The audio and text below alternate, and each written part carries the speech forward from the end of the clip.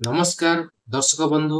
आज बहुत important video मुझे सीएम किसान आपण मैंने जदि टका आपण मैंने पाउचंती नुआ करे आवेदन करते कालिया योजन पाते बर्तमान सीएम किसान टका पाउच समस्त चाषी भाई ये अपडेट टी बहुत गुरुत्वपूर्ण अटे। कौन अपडेट रही आम सीएम किसान पोर्टाल को जीवा आम जाना सीएम किसान कौन गोटे अपडेट आम से कौन कले जाकि से अपडेट आम भेरीफाई हो पार आउ आमर कौन असुविधा हेब नाही बा आमको टंका पाइबारे कौन असुविधा हेब नाही। तो संपूर्ण अपडेट कौन रही वीडियो माध्यम निहाती जनइबी शेष पर्यंत थरे देखती बहुत इंपोर्टेंट। तो आशा करुच्ची वीडियो आपण मानक निहाती भल लगे।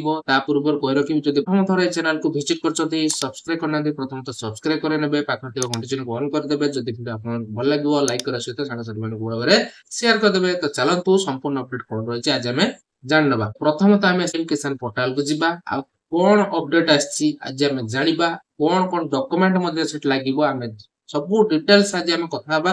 तो चलतु सीएम किसान पोर्टाल तो देखि पार्थिबे गाइस आमे पळे आछू सीएम किसान आ एठी आमे स्टेटस चेक ऊपर क्लिक करिबा देखिबा आपण नुआ करी आवेदन करथिले टोकन नंबर थिबो जो माने पुराना चासी सेमन को पारे टु होता टोकन नंबर न थाई पारे किंतु आपण को पाखरे आधार कार्ड थिबो आमे आधार कार्ड नंबर टी पके नउछ। तो देखि पार्थिबे एठी मु आधार नंबर पके छी सो ऊपर मु क्लिक कर देली तापर देखि पार्थिबे नुआ पेज गुटा ओपन के आसला तापर एप्लीकेशन फॉर्म एवरा सब तो ग्रीन हे के रही छी। तो आपण माने भला बर जानिथिबे।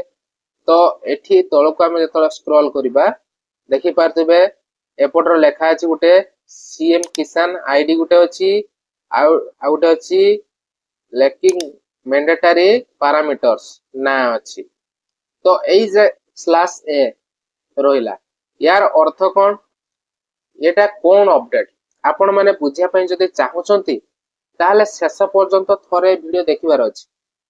तो लैकिंग मैंडेटरी पैरामीटर्स n/a रही। तो यार अर्थ हेउची आपणकर कोनसी डॉक्यूमेंट आउ दबा पई पड़िबो नै आपणकर सब जाक डिटेल्स ठीक रही आपणकर जमी जमा भी ठीक रही डॉक्यूमेंट भी ठीक रही डीबीटी भी ठीक रही सब प्रकार ठीक रही बोली एटी n/a माने नथिंग लेखा आछि। जो मानकर देखि पारतबे आगुर तो एई बळे आसनोतला सीएम किसान आईडी लेखा आसनोतला जो लैकिंग मैंडेटरी पैरामीटर्स ए लेखा भी आसनोता नुवा अपडेट आछि। जो मानकर मिसमैच रही तार अलग प्रकार लेखा आछि सेटा को आपण माने जाई कि आपणकर जनसेवा केंद्र बा मो सेवा केंद्र रे आपण माने अपडेट करै परिबे आउ आपणकर जो सीएम किसान टंका आपण माने पाउथिले सेटा अनवरत आपणकर चालू रहिबो आपणकर कोनोसी असुविधा हेबो नाही। आशा करछि आपनको ए वीडियो टी हेल्पफुल हेतिबो आउ संगसाथी मानको बळाबरे वीडियो टी शेयर कर देबे चैनल को नुआ करे देखुथिले सब्सक्राइब कर देबे। तो नमस्कार जय जगन्नाथ।